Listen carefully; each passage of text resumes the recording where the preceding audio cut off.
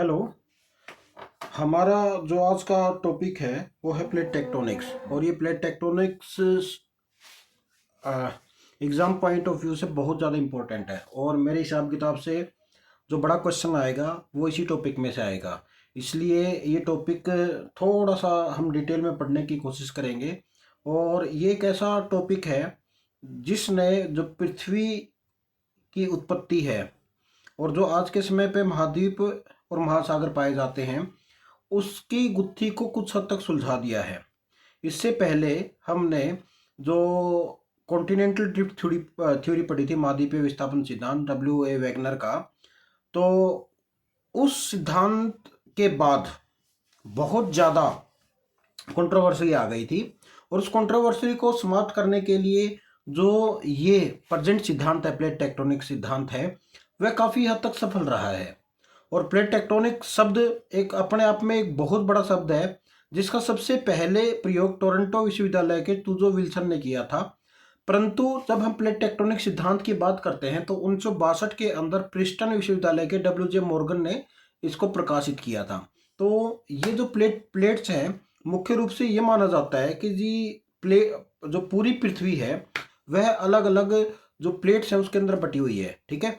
Plate tectonics एक वैज्ञानिक सिद्धांत है जो कि स्थल मंडल के पिछले कई सैकड़ों यानी कि मिलियन वर्ष में 7 बड़ी प्लेटों पर और कुछ एक जो छोटी प्लेटें हैं उनके बीच की जो छोटी छोटी गतिविधियां होती हैं उनका वर्णन करने का प्रयास करता है। ठीक है। कुछ एक मैंने आप लोगों को स्टार्टिंग में भी बताया था कि 20वीं शताब्दी से पहले कुछ दशकों तक जो महाद्वीपीय विस्थापन सिद्धांत है उसके ऊपर आधारित था। ठीक है। ये जो मॉडल है, जो भूवैज्ञानिक समुदाय है, 1950 के अंत में और 1960 के प्रारंभ में एक और कंसेप्ट आया था, sea floor spreading. Sea floor spreading का मतलब क्या है कि लगातार जो समुद्र का तल है वो बढ़ता जा रहा है, उसके अंदर विस्तार हो रहा है। तो उसकी सपोर्ट के अंदर प्लेट टेक्टोनिक जो सिद्धांत है उसको स्वीकार किया गया था। तो आओ इसके बारे में थोड़ा सा और डिटेल में पढ़ते हैं। ठीक है।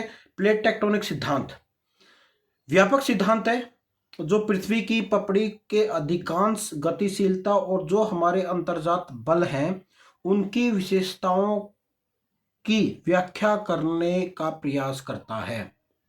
सिद्धांत की जो दिशा है वो 1960 के दशक में स्टार्ट हो गई थी, जिसमें जो समुद्री तल है उसका मानचित्रण शुरू हुआ था।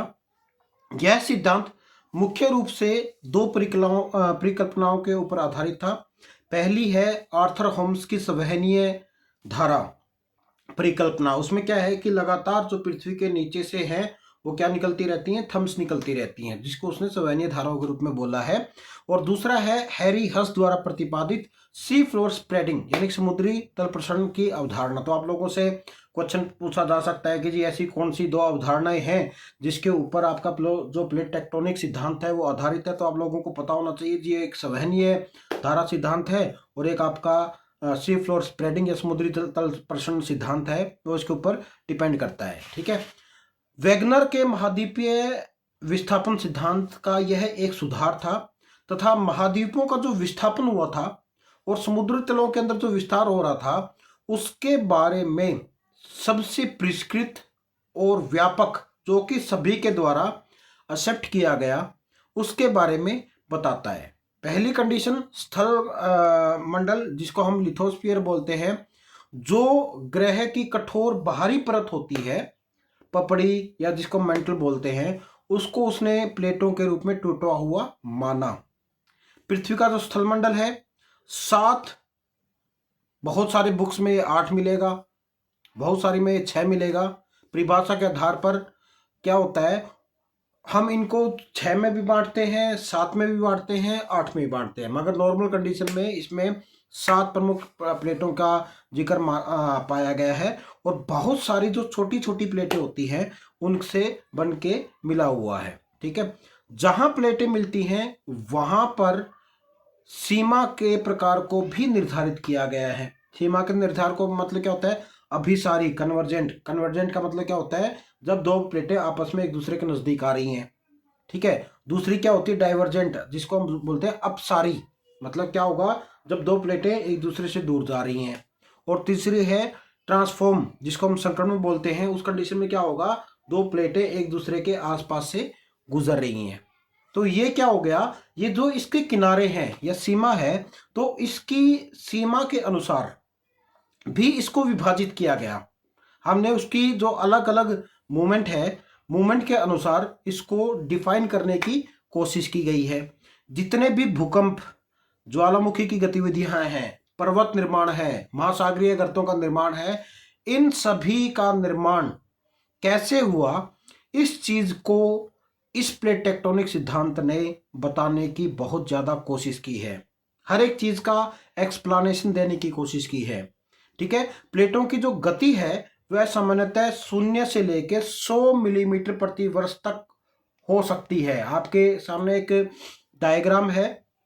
इस डायग्राम में जो पृथ्वी का जो स्ट्रक्चर हम मानते हैं, जैसे कि हम ये कहते हैं कि पृथ्वी का जो केंद्र है भूतल से लगभग 6371 किलोमीटर है। इसमें 6378 दिखाया गया है, मगर नॉर्मल कंडीशन में 6371 किलोमीटर माना गया है।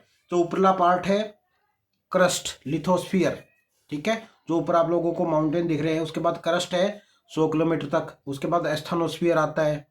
उसके बाद मेंटल आता है। उसके बाद आउटर कोर आता है। उसके बाद इनर कोर आता है। मतलब अगर आप इसको 3 भागों में बांटोगे, लिथोस्फीयर, मेंटल और कोर।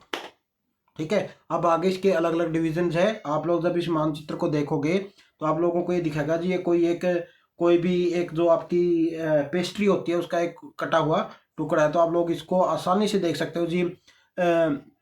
जो आपका है क्रस्ट है वो 100 किलोमीटर तक है। 100 किलोमीटर से लेके 2900 किलोमीटर तक मेंटल है। उसको भी हमने अलग अलग भागों में डिवाइड कर रखा है। उसके बाद 2900 से लेकर 6371 किलोमीटर तक वो है आपका कोर है। तो ये आपका अलग अलग डिविजन्स है अर्थ का।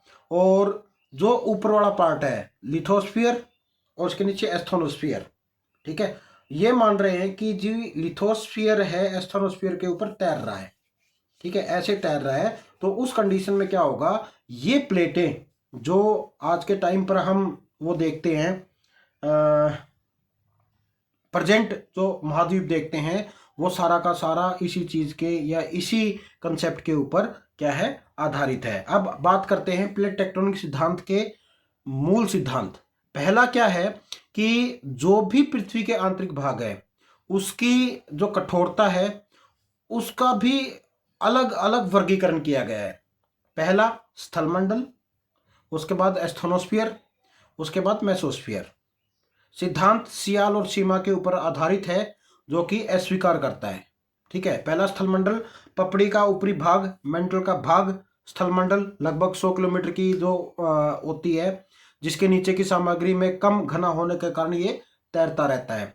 एस्थोनोस्फीयर, स्थलमंडल के नीचे प्लास्टिक परत है। एस्थोनोस्फीयर का मतलब क्या हुआ, स्थलमंडल की प्लेटें हैं वो एस्थोनोस्फीयर के ऊपर ऐसे तैरती है। मतलब ये एस्थोनोस्फीयर है, इसके ऊपर ऐसे लिथोस्फीयर की चीजें आपकी तैरती रहती हैं। ठीक है, प्लेट टेक्टोनिक के अनुसार स्थलमंडल को टुकड़ों में विभाजित माना गया है, जो कि डक्टाइल प्रस्तो एस्थोनोस्फीयर पर तैरती रहती है।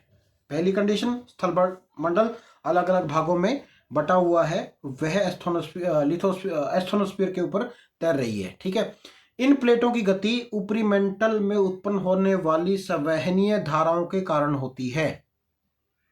ठीक है, प्लेटों की गति ऊपरी मेंटल में जो संवहनीय धाराएं होती हैं उसके कारण होती है। जो कठोर इकाई होती हैं उसमें एस्थोनोस्फीयर पर अक्षैतिज रूप से चलती हैं। ठीक है, स्थलमंडल में पपड़ी तथा शीर्ष मेंटल में शामिल है, जिसकी मोटाई महासागरीय भागों में 5 से 100 किलोमीटर तक तथा महाद्वीपीय क्षेत्रों में 200 किलोमीटर तक होती है। ठीक है, उसके बाद महासागरीय प्लेटें मुख्यतः सिमेटिक पपड़ी वाली होती हैं। इसका मतलब है कि ये थोड़ी सी पतली होती हैं, जबकि महाद्वीपीय प्लेटें शियालिक सामग्री की होती हैं। इसका मतलब क्या होता है, ये थोड़ी सी मोटी होती हैं। ठीक है, क्योंकि जैसे जैसे हम समुद्र में जाएंगे तो उसकी जितनी गहराई होगी तो उस प्लेट की जो मोटाई है उसी अनुसार कम होती चली जाएगी।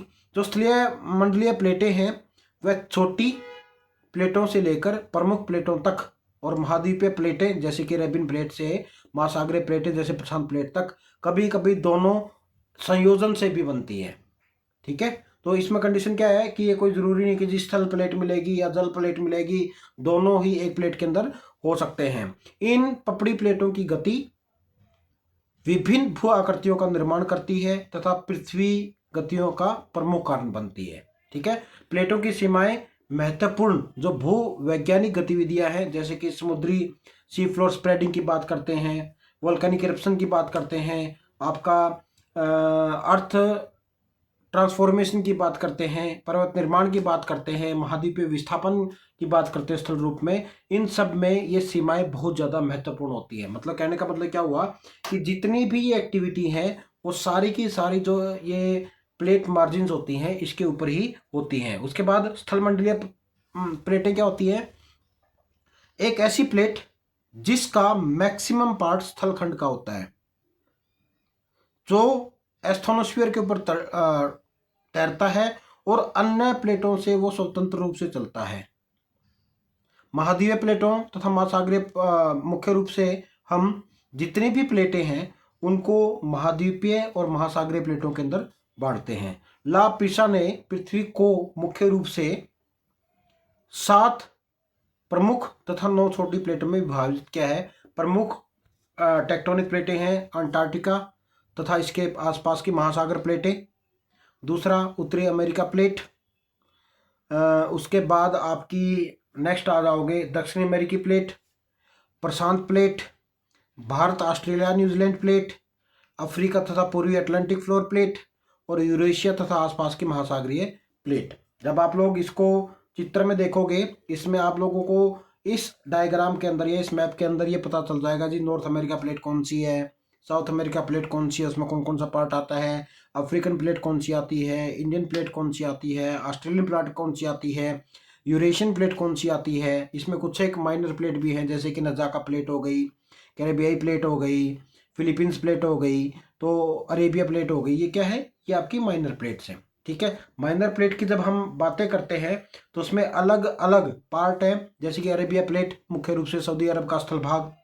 बिस्मार्क प्लेट उत्तरी बिस्मार्क प्लेट एवं दक्षिणी बिस्मार्क प्लेट आती है इसमें, कैरेबियाई प्लेट, कैरोलाइना प्लेट पूर्वी गोलार्ध में भूमध्य रेखा तथा न्यू गिनी में उत्तर में स्थित है। उसके बाद कोकोस प्लेट है, जुआन डे फुका प्लेट है, नजाका प्लेट है, फिलीपींस प्लेट है, एशिया तथा प्रशांत महासागर प्लेट के बीच में, फारसी प्लेट है, अंतालोनियन प्लेट है जिसमें तुर्की प्लेट आती है, अंतोलिया जिसमें एशिया माइनर आती है, प्रायद्वीप तथा तुर्की देश आते हैं का अधिकांश भाग आता है। उसके बाद चीन प्लेट, उसके बाद फिजी प्लेट जिसमें प्रशांत प्लेट तथा इंडो ऑस्ट्रेलियन प्लेट के बीच की स्थिति दोनों के बीच में स्थिति आती हैं। ठीक है, तो ये आप लोगों को ये इस मानचित्र के अंदर जो माइनर प्लेट्स हैं वो भी दिखाई गई हैं, major plate plus minor plate. आप जहाँ पे भी देखोगे मतलब आप लोगों को कंफ्यूजन हो कि जी ये प्लेटें कहाँ पर स्थित हैं तो आप लोग इस मानचित्र को अच्छी तरह से स्टडी कर सकते हो कि जी कौन सी प्लेट कहाँ पर स्थित होती है। तो आप लोगों से क्वेश्चन पूछा जा सकता है कि जी प्लेटों की स्थिति, या आप लोगों से मानचित्र दे देंगे इसमें पहचानो ये प्लेट कहाँ पर पाई जाती है, या आप लोगों से पूछ लेंगे कि जी माइनर प्लेट कौन सी है इनमें से। तो आप लोगों को ये जो मानचित्र है वो बड़ी अच्छे से स्टडी करना पड़ेगा ताकि आप लोग इन क्वेश्चनों का उत्तर दे सको। ठीक है, आज के लिए मेरे ख्याल से इतना ही बहुत होगा क्योंकि ये पार्ट एक ऐसा है काफ़ी लंबा चलेगा। ठीक है, तो आप लोगों को जो ये टॉपिक है मैं 2 दिन में कवर करूँगा, आज मैं इसको कवर नहीं करूँगा। आप लोग एक बार इस चीज़ को स्टडी करो कि जी प्लेटें कौन सी होती हैं, महासागरीय प्लेट कौन सी होती है, महासागरीय प्लेट कौन सी होती है और इनकी स्थिति क्या है। तो जब आप लोगों को ये चीज़ें सुनने आ जाएंगी उसके बाद फिर हम इसमें आगे बढ़ेंगे। वीडियो आप लोगों को कैसी लगी आप लोग कमेंट बॉक्स में ज़रूर बताएं और हौसला अफजाई करें, चैनल को सब्सक्राइब कर लें, अपने साथियों को के साथ शेयर करें और सब्सक्राइब करवाएं। बहुत बहुत धन्यवाद।